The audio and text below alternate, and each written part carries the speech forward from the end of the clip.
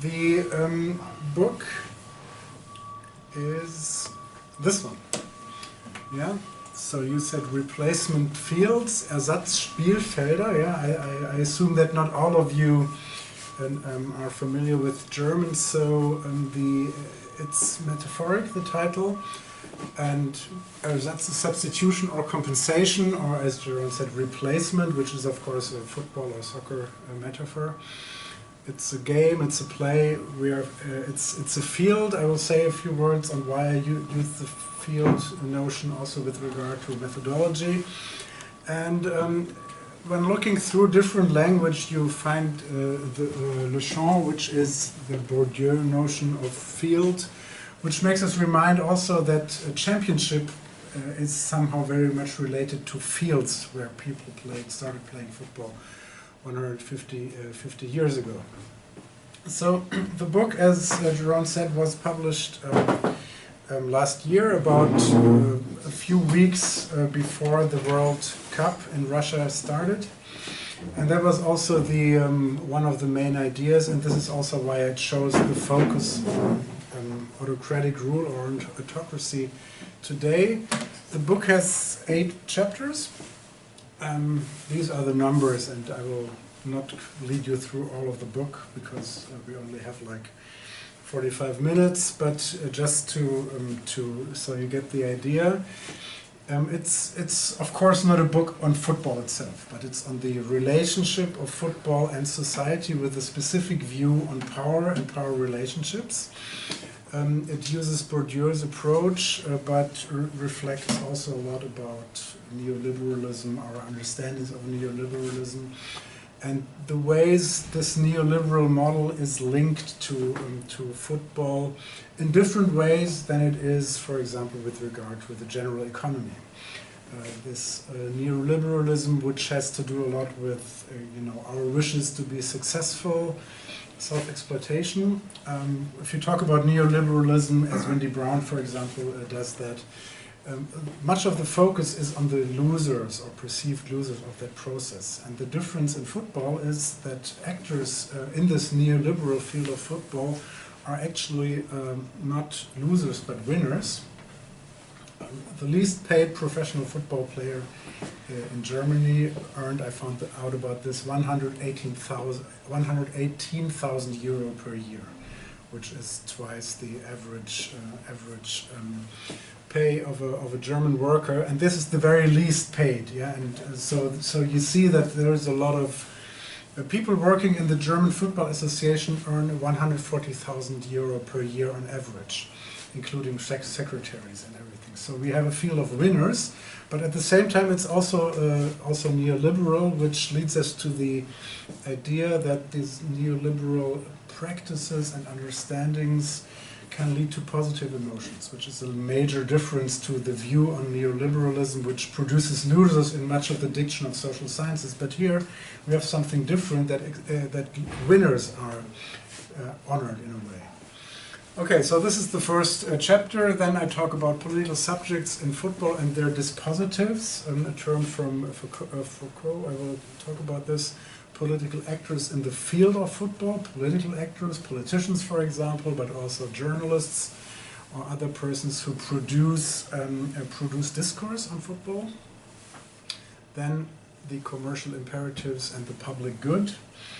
I say a few words about this today. Then there is one chapter which I will not talk about today. This is on community building, we and the others in the context of professional footballs. It's on fans, for example, but also integration of foreigners, of non-Germans, non-nationals through football. But as I said, I'm happy to answer questions on this, but I didn't include it. And the focus is then on autocracy, one with regard to internationalized football in general, and with regard to Russia. As I said, I published the book just also in order to be read during the World Cup.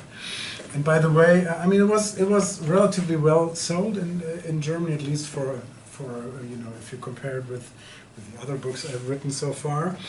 But as you may know or may remember, the German team was not very successful in the last World Cup, and the person at the publishing house at Surkamp was very sorry about that too, because he said, well, if we would have won, you know, he used this "we," if we would have won, the book would have sold much better. But then after about 2 weeks, the whole enthusiasm about football was over, and readers did not decide to buy as many books as the publisher had expected.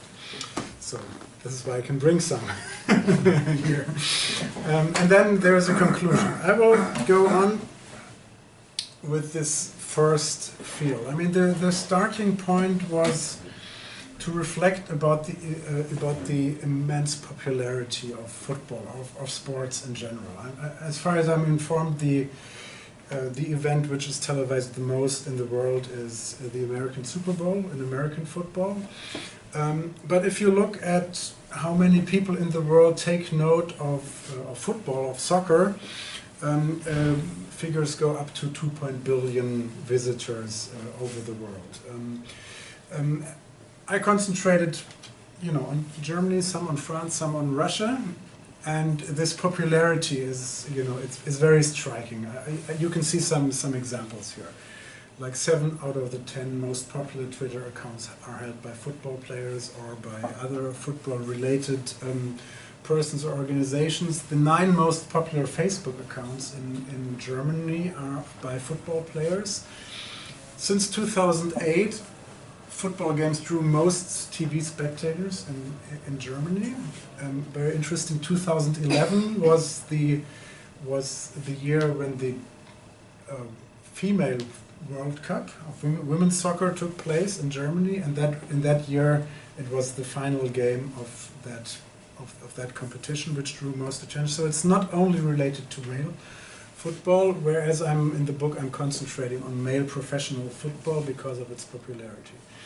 And the main question of the book is, how does that popularity translate into society, in things we do when we watch football, when we perceive football, but which are not related to football anymore. And this is where I try to draw conclusions. So first, it's almost an assumption more than a result. Is a hypothesis why football is so important. I take this also from the literature. And here we have this playing field replacement metaphor, which takes a role. As you can see here. If you think about all major societal institutions which used to integrate, which were able to integrate society 50, 70, 100 years ago, yeah? Family, workplace, church, you find very quickly that in Europe, in most countries of Europe, I think in the US probably the same with an exception to church, all of them are in crisis, in heavy crisis. There's only 3 persons out of 100 in Germany which go to a regular church service by now. 3 out of 100, 3%. Yeah? I think this is more in the US. So church does not play this integrative role. Only 2 out of 10 persons in the German workforce remain in their jobs for more than 10 years at a row. So, you know, things are more flexible. 50% of all marriages get divorced in Germany. So we have a heavy crisis on these traditional integrating institutions, and one hypothesis starting point is that football somehow managed not to take all of that, but big parts of it. If you're a football fan, you don't have to be afraid that your friend, that your partner runs away, because the club stays. Yeah, if you know when the next service is going to take place, next Sunday or so on, you know, whereas most Germans do not even know where the next church is nowadays. So this is my starting point. Football is a field of projection for challenges to late modern individuals, and here now I go to this literature on neoliberalism, you know, which is of course very prominent in Berkeley as well. These conflicting challenges for individuals in the late modern world. On the one hand, all of us have to be successful by competition. Football reflects this, makes us somehow aware of this latently, but we become aware of it on the one hand. On the other hand, maybe you already saw Fukuyama's new book on identities, this very strong need in today's world to know who we are, who we belong to, which minority, which majority, who is this we. So we have on the identity level and on the individual level, very strong challenges to late modern individuals. And football is somehow a field of projection, a playing field to balance out these different needs. Because on the one hand, you can relate to a certain team, to a certain club, to a certain, it's in all sports this is true. But on the other end, then you belong identity-wise to that same club. And I try to look in my book for a lot of examples and practices which somehow play out this need. So the subject dispositives. Do you know what a dispositive is? Or do you have to? It's by Foucault, the French philosophers, who talked about dispositives as certain settings which relate to structure but also to mind settings. For example, the dispositive of a university class would be that students and professors know what it's about. You should read stuff in advance. You do this for education, and so there are certain practices, but also the mindsets who relate persons into certain settings. So this is the very general definition of Michel Foucault, and I tried to figure out which dispositives are relevant in football, which then play a bigger role for broader society. And by discourse analysis, by interpretation, not so much by structuralist or computer-based discourse analysis, I worked out these three different dispositives. Yeah? In the field of football, there's constant alertness. Something might happen which somehow disturbs us in order to be successful. It is okay to have unlimited competition. It's okay. That's why we're here. Yeah, this is one mindset within professional sports, I guess. Yeah, but it's true with regard to football. And this strive for success is internalized. So other than, let's say, an employee at McDonald's who, does not really know, does he really, here in the US they smile. They don't smile so much at McDonald's in Europe, because they know they're exploited, and they have to be successful, but for somebody else. In the field of football, this strive for success is internalized. Everybody is okay with it. And I've very quickly just, this is for alertness, this is for competition, and this is for success. Do you know what this is? Many Germans do know it, although I didn't count. So this is the hotel of the German team in 2014 in Brazil. Very interesting story. In which hotels are teams allowed during a World Cup? It's very economized. And by the way, and FIFA earns a lot of money from hotels who do a lot to get on this list. And so the German team manager or coach, Jogi Löw, together with a few other guys, had this list of 40 or 50 hotels. And they said, no, none of it is good enough. And they're not youth hostels, they're good hotels, obviously. And so what they did, they built a village. They built a village in Brazil, close to the sea, as you can see, and did this by a certain calculus, taking into consideration climate. So where's the final? In which city? Rio de Janeiro. What climate is there? If we live some very far away, it might be bad for our players if we travel and have to change climate zones. Next calculus, next algorithm. How far do we have to go to our games? What is convenient for the media? There is a media village right here. It shouldn't be too close.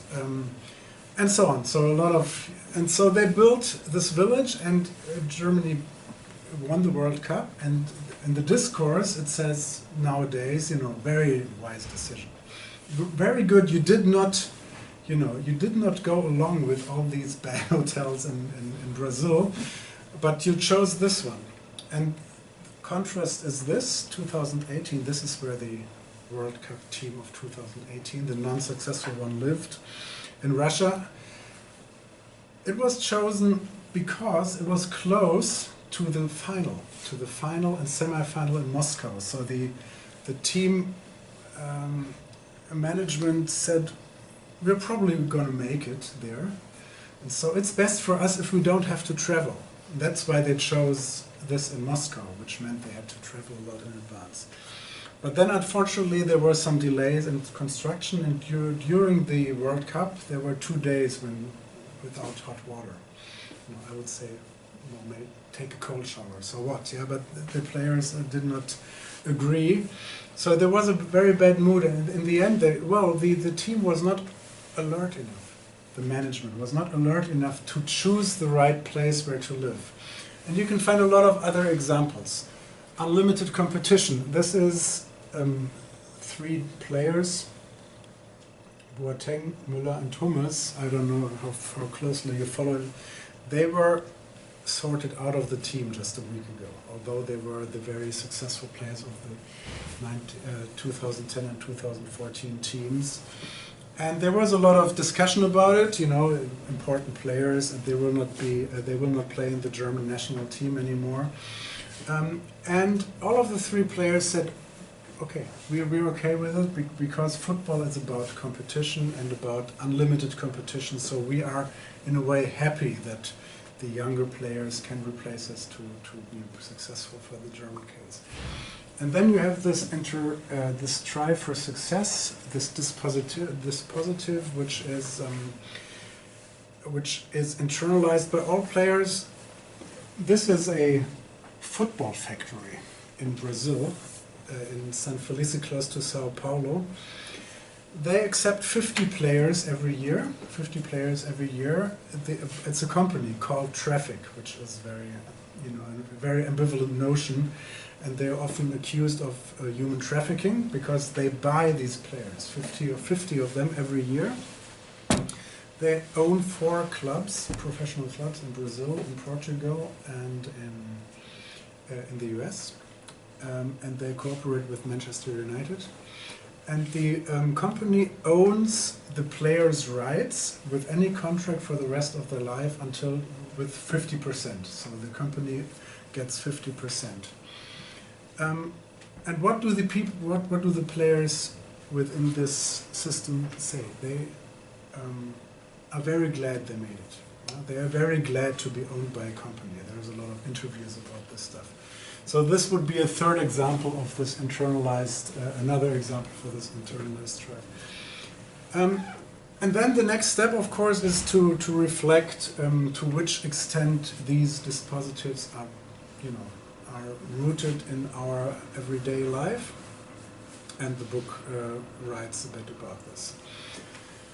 Then I turn to politics. This is where the field metaphor is now spread out, because a field, if you follow the French sociologist Bourdieu, is made up by different actors which are relevant, for example, in the field of journalism, or in the field of a university. So it's a very flexible concept. And with regard to football, I try to identify actors who have a say in how to steer the field, which is also non-political figures. Yeah? So the way politics in football is done is not so much by sports-related politicians and administrations, but by coaches, by people in the associations, who of course earn a lot of money and who have a lot of power to distribute money among different regions of the world. In this chapter I try to analyze to which extent economic principles have come into the field of football. I've talked about this now all the time, but maybe we should remember that something like 50 or 70 years ago, professional football or professional male football was not as economized as it is today. We should probably think more of professional football in the 60s or 70s in Germany or in Holland or wherever, more as related to college sports in the US. I mean, there is a lot of competition, there's a lot of dispositives, but it's not like about the big money which is in the field today. Gianni Infantino, who is the president of FIFA, he came after Joseph Blatter, who was on the brink of jail for being charged for corruption, and so he said, we want to build an association which is free from corruption. So he was elected, and then there was a new commission which determined how much he should earn, and they offered him 2 million Swiss francs per year. And do you know his comment about it? He said, that's insultingly low. That was his comment on this, So because he knows that everybody in the field, or a lot of people in the field, are earning a lot more. So economic principles which go through associations, which go through clubs, are important, but with these dispositives, especially this internalization, which I take from the neoliberalism idea, neoliberalism literature, makes me argue that the influx of economic principle is not from the outside, not because of big money only, not because of big companies, but also because the football audience has become used to it. That everything is to some extent economized, at least in European professional football. And this then makes me reflect to which extent this is relevant for other fields. Yeah, football, of course, it's popular culture. It's not about politics, but it's on popular culture. But if this most popular field in Germany and in Europe is to that extent economized, it is a question how much this economization goes through the field. One aspect, of course, of this politicization is to which extent is the state, are elected officials included in that. And my general finding here is that there is a lack of certain democratic standards. This is why I speak of autocratic temptations, which was the title of my talk. Yeah, especially with regard to transparency, to control. Yeah, control is one, of course, important democratic principle, and of recruitment and stabilization. Through the field of football, in this popular field of football, people get used to the fact that leaders do not have to be accountable, that they, in fact, tell openly that they don't want to be held accountable. They have the right to keep information to themselves. And then I will talk about this later. So first, lack of transparency and control. Just to give you some examples. In the German system, you have public TV, and every individual, for example me, has to pay 18 euro per month. It's like a tax. You cannot go around it. Out of this money, 120 million per year flows into football. This is this picture, Tagesschau, Sportschau, sorry. Those of you who know the German system are maybe familiar with it. It's the most popular sports event. The German public TV has bought the TV rights for the German Bundesliga, and the most interesting thing here is it's not public. It's public money in a way, but the Football Federation and German TV refuse to say how much is paid for what and why, which is a clear breach of these laws of transparency to public money. But somehow they get through with it. So it's an estimation that it's 120 million per year, which is paid from tax money, to the fact that the Sportschau can screen Bundesliga games on the same day as they take place, namely after 6:30 Saturday nights. Silvio Berlusconi,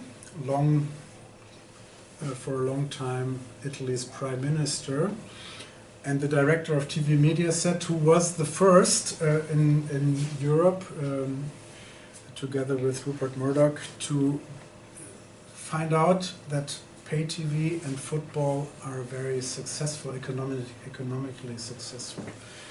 thing. He was also the president of AC Milan. That's why he shows here with the trophy. I think it's the Italian Cup trophy that he is successful. And so we have in this area of how the state deals with TV fees in the German case and with TV rights in the Italian case, together, done by a prime minister who at the same time owns the most important TV companies. You have this entanglement between sports, economy, and football. And here, issues of taxation. This is the stadium of Kaiserslautern, which is a small German town. Maybe the story is too long here at the moment, but the very short version is that the town of Kaiserslautern now taxes its companies, its enterprises, because of debt which has grown over the years from this club. And Spanish players who play in Spain and also the clubs themselves are not taxed. Are not taxed, which allowed for a certain time are taxed much less than they should be if compared to other individuals or other companies, which allowed Spanish football to be very successful for the last 10 or 15 years, because what any player would earn in Spain would be taxed much less than it would have been in, for example, Germany, Holland, or the UK. Okay, now I'll make a jump to these autocratic leaders. I don't know how to, what you research about or what you work about, but it's one of the things which is not very covered. Yeah, the fact that a lot of persons, not on the FIFA level, this is research, but in European club football, a lot of persons come from autocratic regimes with official functions there, and at the same time do a lot of financing of European football. Gazprom, for example, the Russian gas monopolist, is funding the UEFA Champions Leagues. Here I have other examples. Roman Abramovich, who is Chelsea's owner, used to be the governor of the Russian region. Sheikh Mansour, who is the owner of Manchester City, is a member of the royal family and of the United Arab Emirates, and does a lot of business through a foundation which is directly linked to the state. And the owner of Paris Saint-Germain is a minister, even a government minister in Qatar. To which extent does this influence practices of football, of economized football, of professional football? The fact that these persons are rooted in clearly autocratic settings. No research on this, and it's important because, for just a few examples, Nasser Al-Khelaifi had a meeting in 2010, one of the most important meetings of international football in the last decades, with then French President Nicolas Sarkozy, in which it was agreed that a certain TV station was allowed to screen football in France, national football in France. At the same time, this company based in Qatar promised to invest €500 million within the next years to Paris Saint-Germain if they were allowed to have the president, not a Frenchman anymore, but a guy from Qatar who is the president of the long traditional club of Paris Saint-Germain. So a very direct link of economic influence through the French president, and the meeting took place in the Élysée Palace.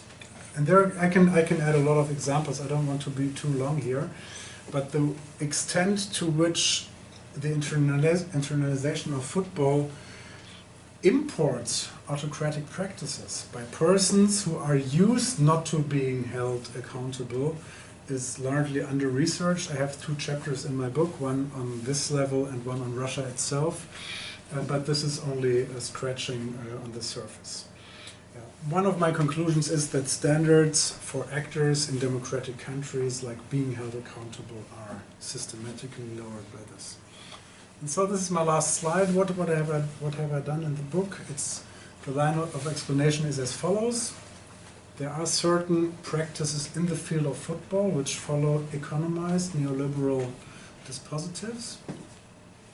The large audience of actors in football makes norms in the field of football relevant for broader society, including the economization and including political practices within the field. And collective decisions, as a result, collective decisions in society are taken with reference to norms and practices in the field of football. For example, Sarkozy, for example, German TV fees.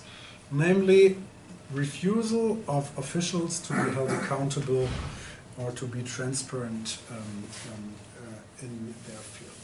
So this has political relevance in two aspects. Yeah, it's a narrow one that in transparency, non-accountability and non-democratic institutions, for example FIFA, become standard. And there is a broader relevance, namely that the field of football can be taken as one of several examples where the state, where elected officials have problems of steering issues which are of relevance for our society. Think of climate policy.